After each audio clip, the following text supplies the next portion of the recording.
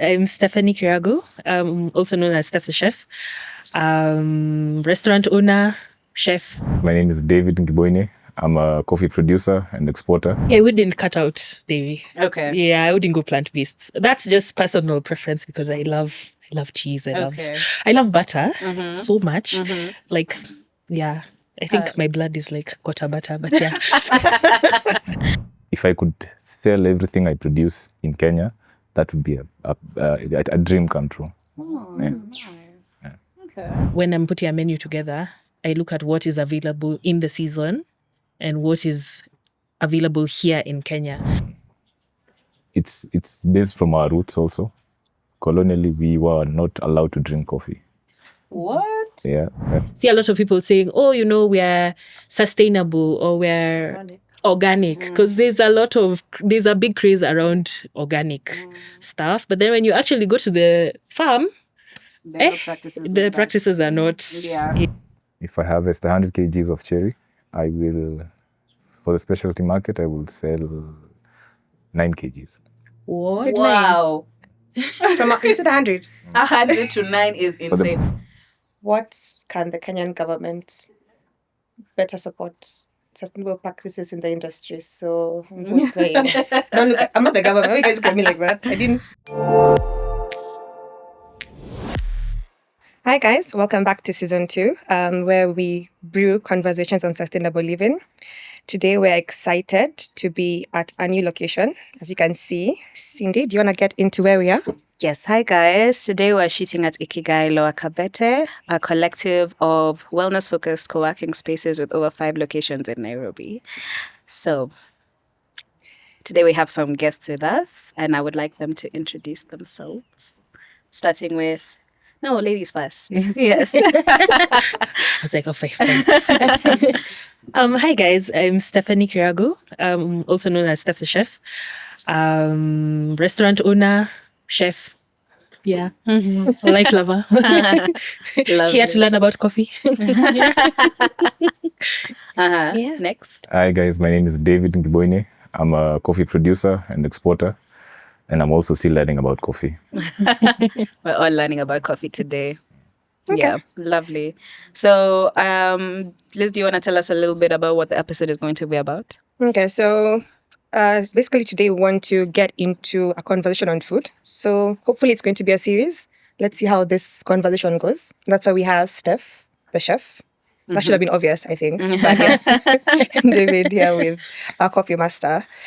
So we want to, first of all, just get to know them a bit more. I think they've been a bit shy. They've been a bit coy in what they do. Want to play a little game. If you remember from season 1, Would You Rather? So we have a fun game that is specifically for them. Are you guys ready for a bit of game? Do you guys... David, you look nervous. There's no like... There's no correct answer. Okay. It's just what you feel We is will not right. email your folks or anything about it.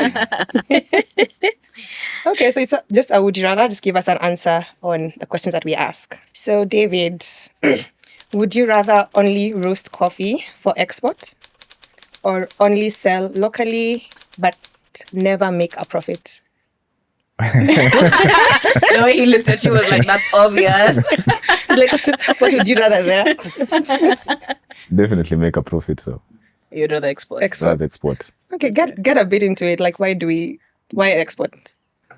Minus the money, of course, we were like, we have bills to pay, but minus the money. Is there anything else? Well, if I were to have a balance of both, would be I'd want it or not. I'd want my coffee to be enjoyed here, but if I'm not making anything from it or my community is not getting anything from it, then why do it? So I'd prefer to export. Okay. I like that. It's a good answer. Steph, would you rather have the freshest ingredients but an unpredictable supplier, or always have a steady supply but with lower quality? The freshest ingredients. Really? Yes. I think because, I don't know, I'd rather, even in my restaurant, I'd rather say something's unavailable. Based on, maybe the supplier doesn't have it, then actually have something that's, a bit lower standard or substandard. I think that's just part of my ethos as well. Yeah, I Yeah. like that. That's nice. Yeah. Do you want to go next? Let's just go. Okay. Now, this one is for the both of you. Would you rather reduce your dairy consumption or switch to plant-based alternatives altogether? So that's inclusive of milk, cheese, just anything that can be dairy. What would you rather do? Go first. You want me to go first? Okay, fine. I think I'd rather. Okay, I wouldn't cut out dairy. Okay. Yeah, I wouldn't go plant-based. That's just personal preference because I love cheese. Okay. I love butter so much. Like, yeah. I think my blood is like quarter butter, but yeah. So Steph and butter. Yes, yeah. In as much as I mean, it's believed that there's a lot of some places there's unsustainable practices when it comes to dairy. Yeah.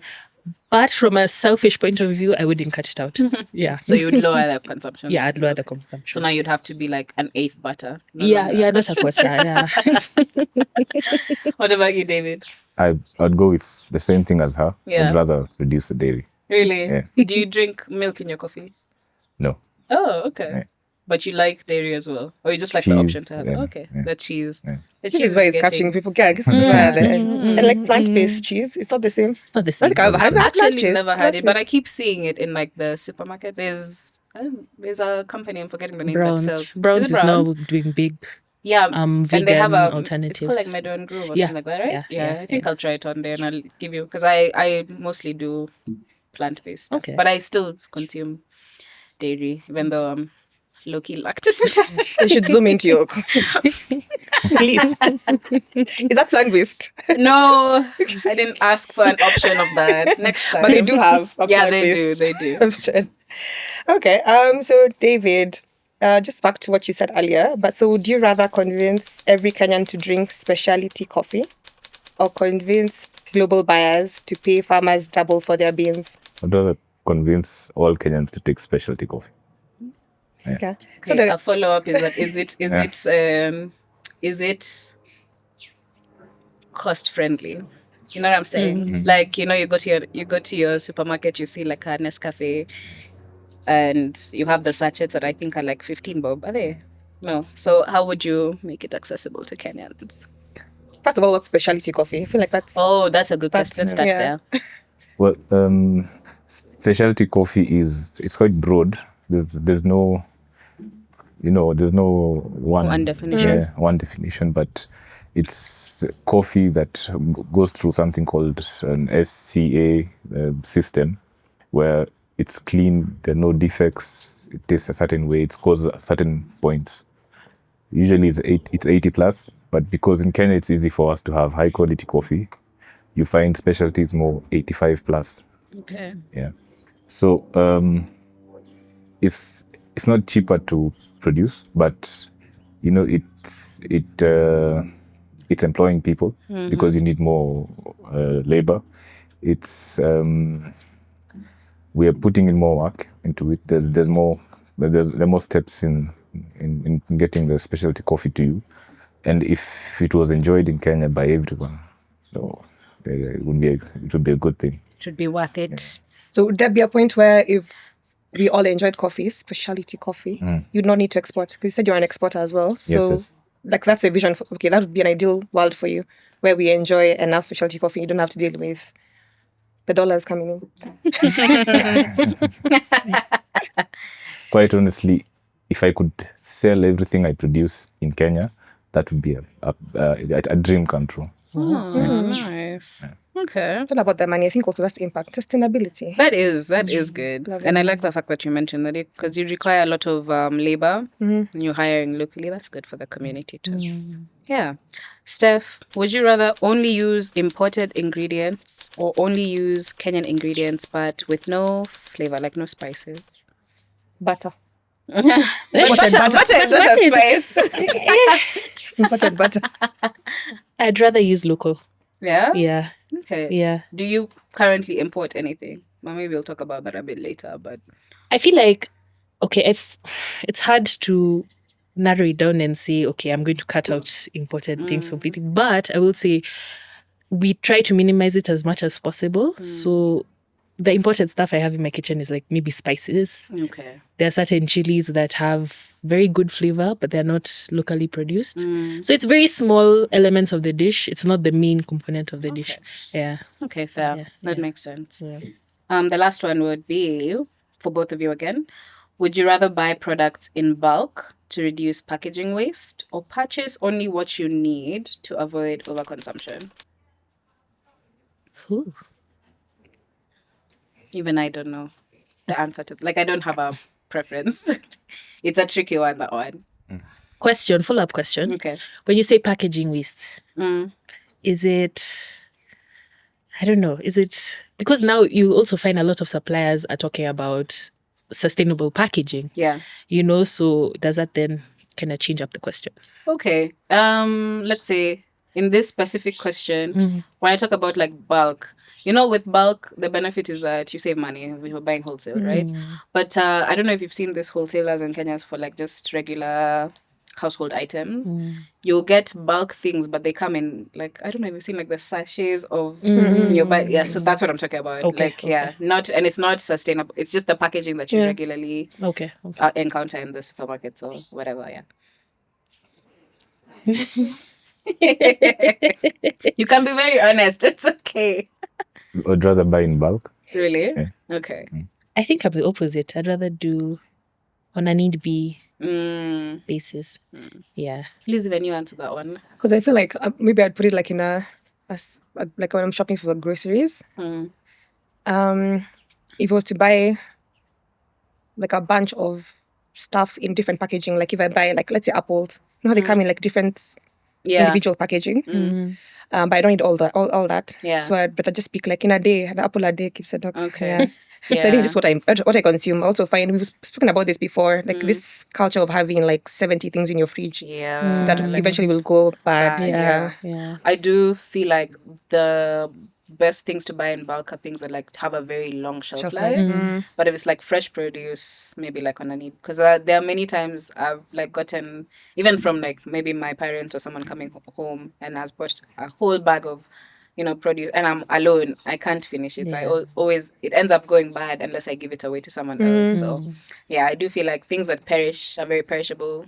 It makes sense to have them like on a need to have basis. Yeah. Yeah. But for like food specifically, like the industry conversation has always been no packaging is like the best. You see, that you just like go to a farm and just not farm, sorry, like Like in a soko. the soko and just pick, because they're not really packaged. You put them in whatever you're using, like your tote bags. But anything that is packaged or single-use plastic will never be, even when you find that those individually packed, like, okay, I'll use apples because the ones I can visualize. But in like a recycled paper, whatever it is, it's still, when you look at the kind of cost of doing that, it's just easier to have. Yeah, I've seen it as well in like Europe, that they'll have like individually wrapped bananas. And I find that so interesting because on the road here, you can just buy one banana from the hawker. Yeah. But I do agree. It's it's still wasteful at the end of the day if it's wrapped. Yeah. Okay, so that concludes our first portion. I hope you guys are now relaxed a little bit. That was fun. Now we'll move into the second segment. Liz will mostly handle this. It's about coffee. So, Liz, Yeah, we take all it want to away. learn about coffee. Are you guys coffee? Well, David, you can answer that. Maybe you can. Are you a coffee or tea drinker, Cindy? As I said earlier, for the sake of our guest, I love coffee so With your much. dairy. With the dairy. No, I am a tea lover, but I'll have a coffee here and there. Yeah. Okay, Steph? I'm a tea drinker. Yeah. Coffee is like once in a while, but yeah, more of a tea drinker. Well, David, please, by all means, tell us, do you like coffee or tea?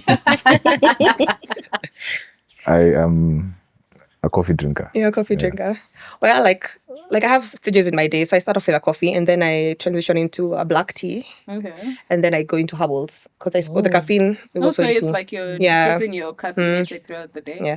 The other day I had an espresso in the evening and I was telling my sister, these things don't affect me. Do you know I was up until 4 a.m. My After one goodness. espresso.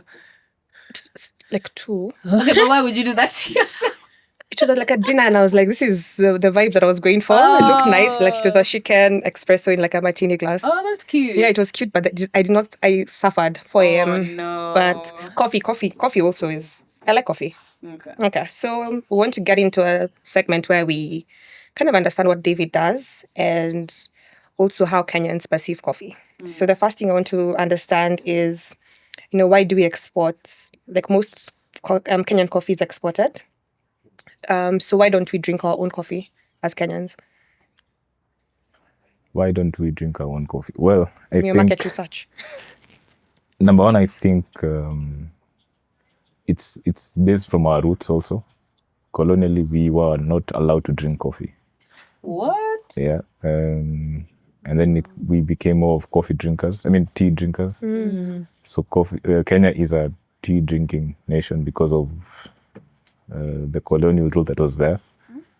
But now it's getting better. But still, currently, it's not as much as we're still forced to export. I did not know that. What was the reason? It's like wasn't coffee elite?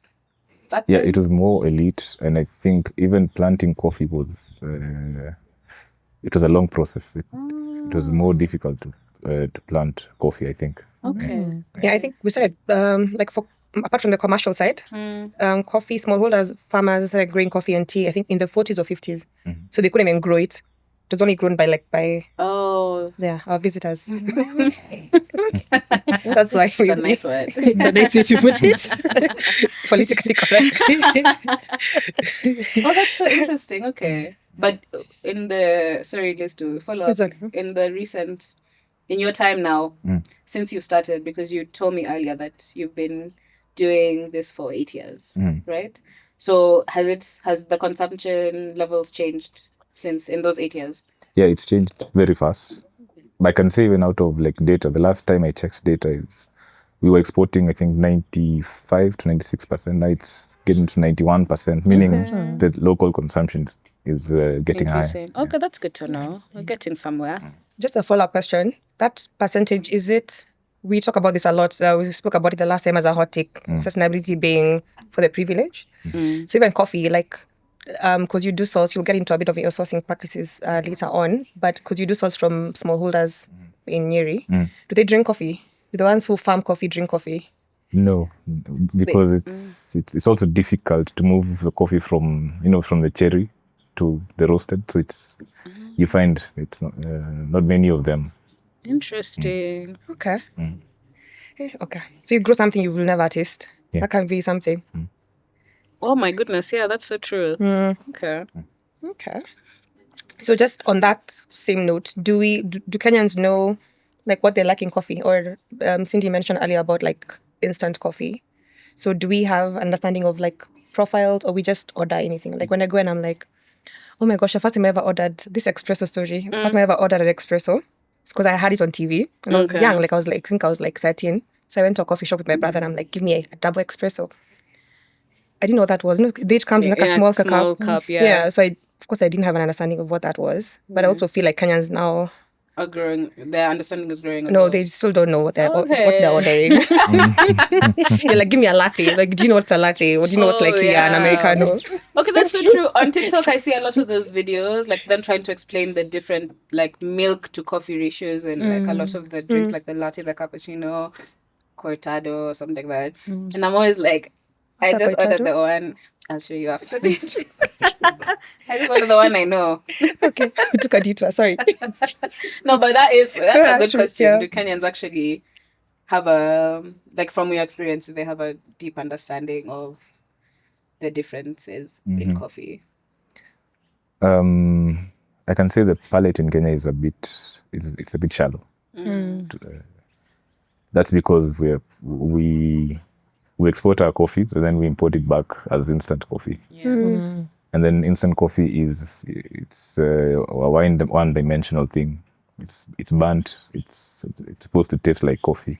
What people say tastes like coffee. Yeah, so it's a bit shallow, but yeah, unfortunately that's how it is.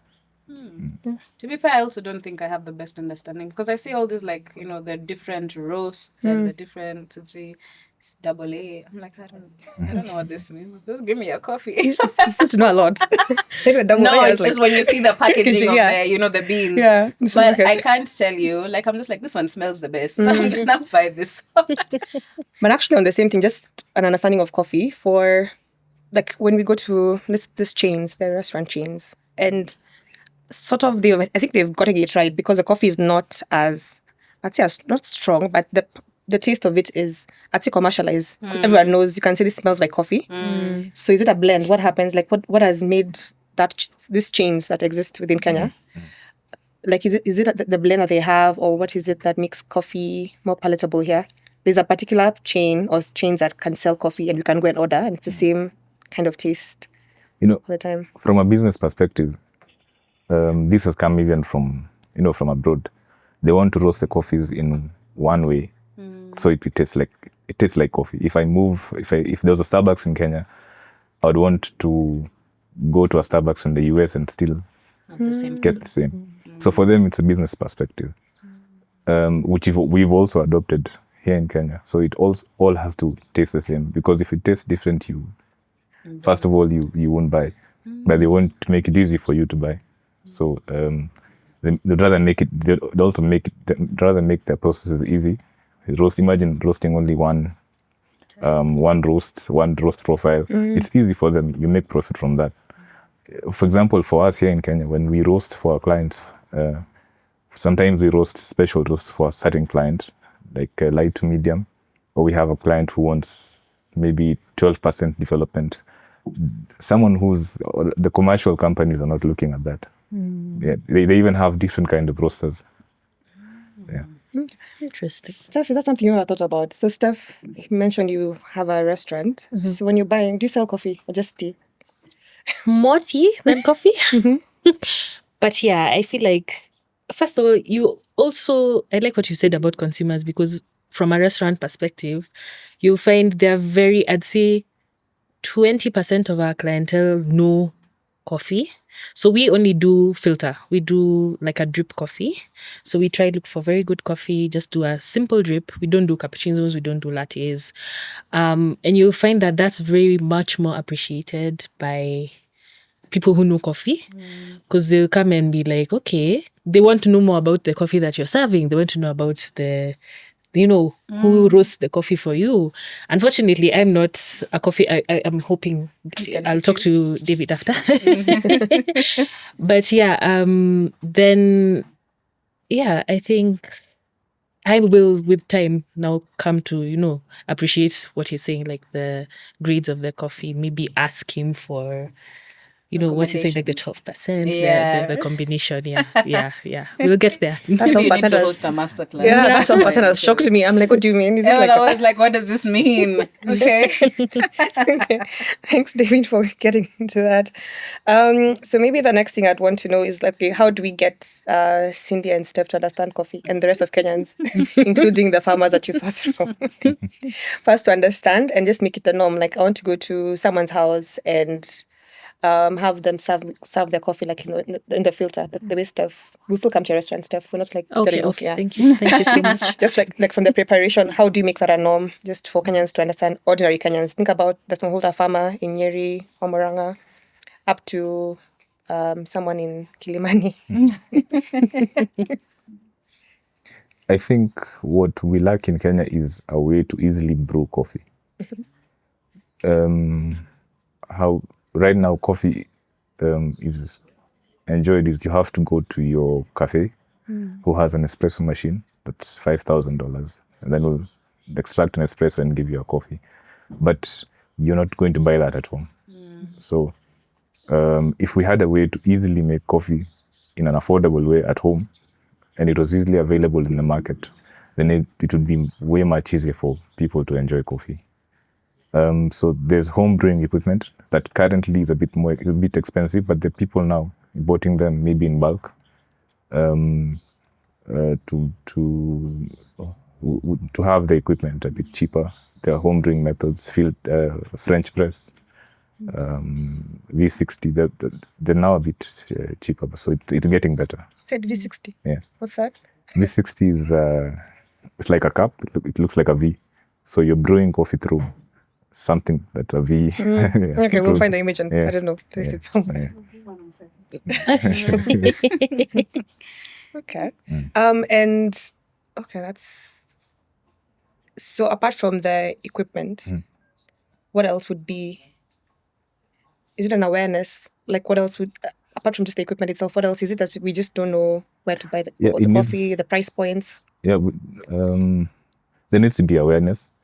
From school you should be called coffee break, not tea break. So we should serve, you should serve coffee or have, all of them come from Kenya. So tea comes from Kenya, coffee is coming from Kenya. So we can have a balance of tea break, a balance of coffee break.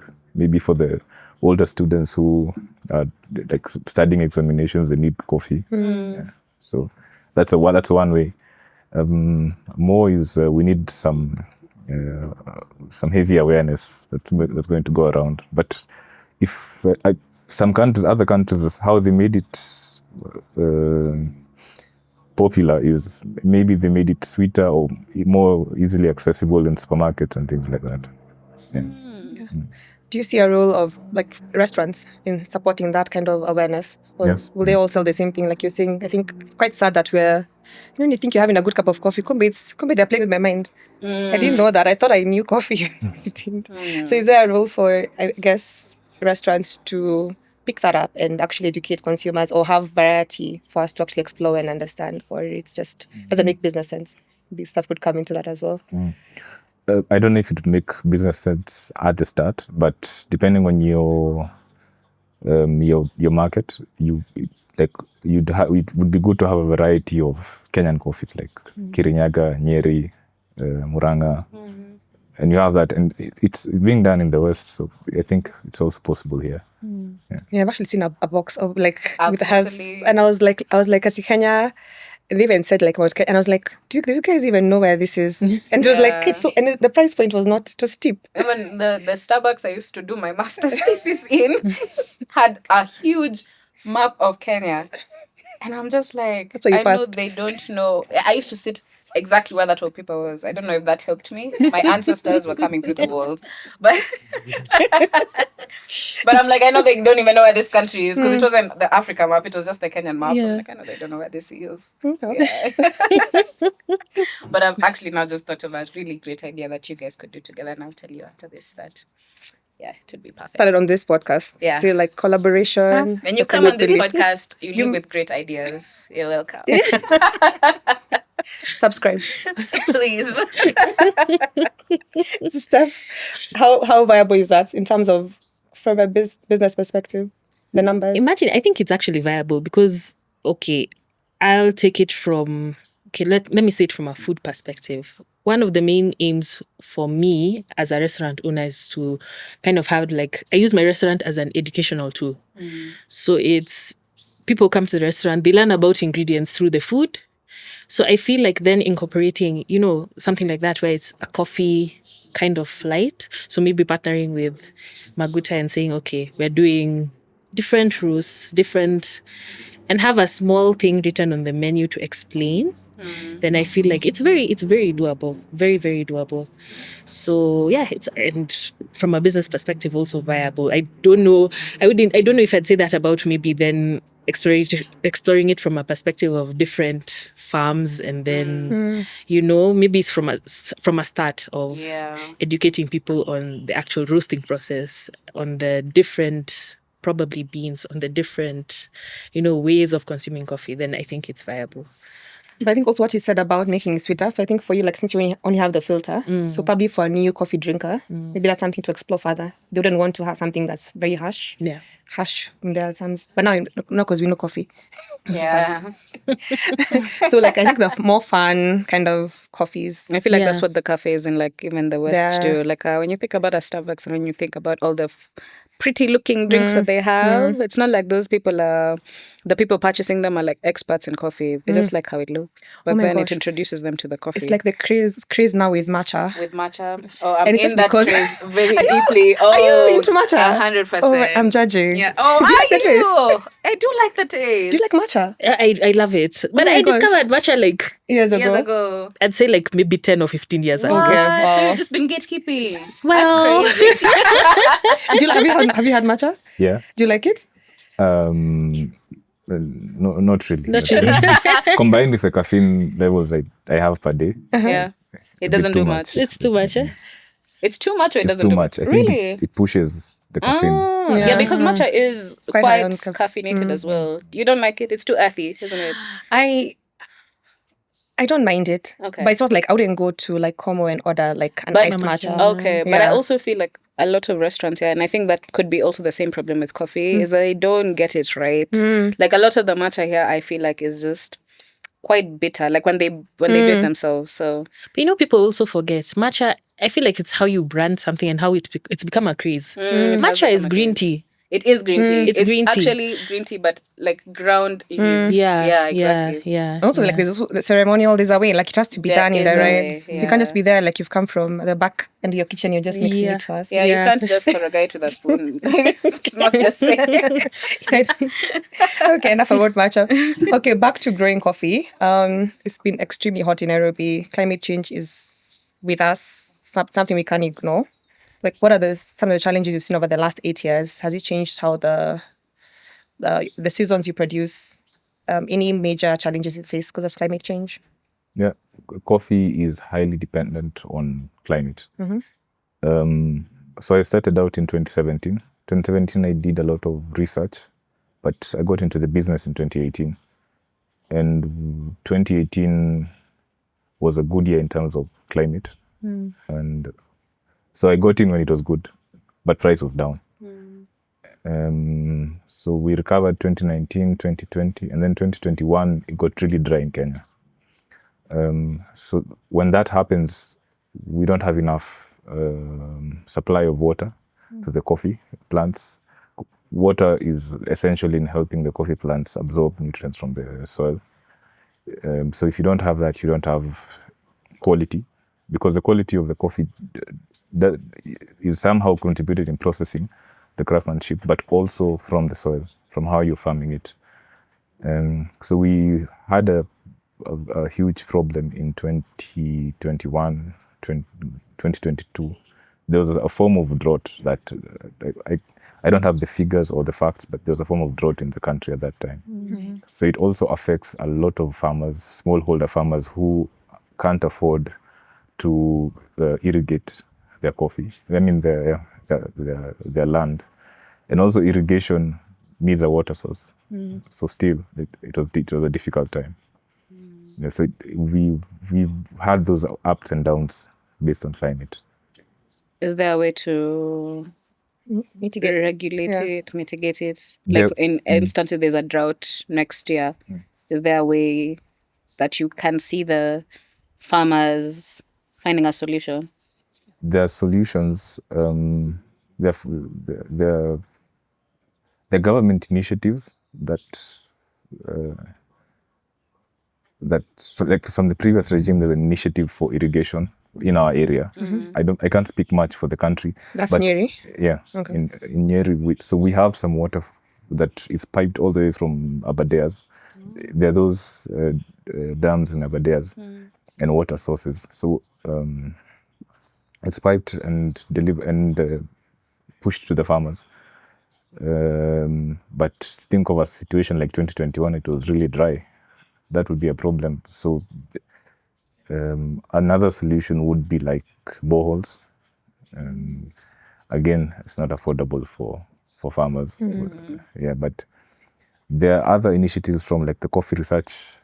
In Kenya, we have a coffee research institute where there are coffee varieties that are resilient, that are somewhat resilient.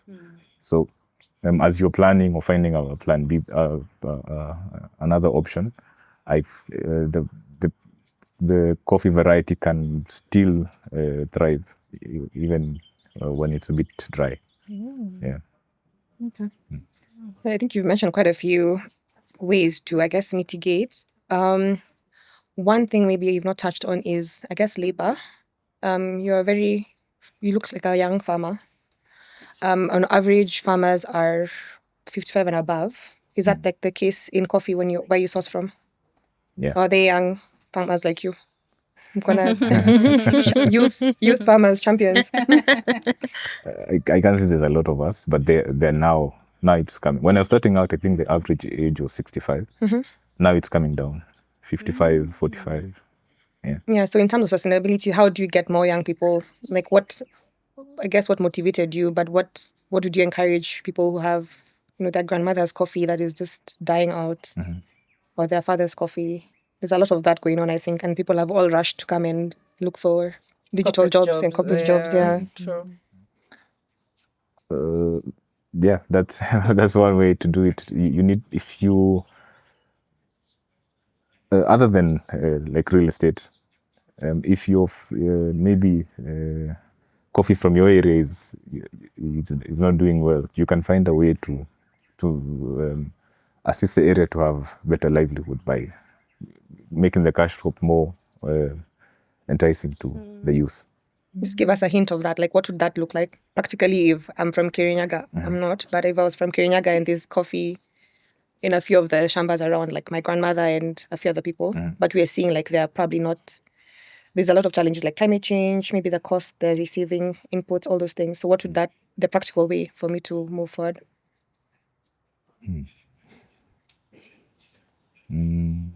I think the practical way would be to,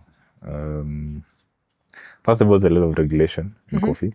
So you need, number one, to do some education to teach the people around, the youth, on the regulation.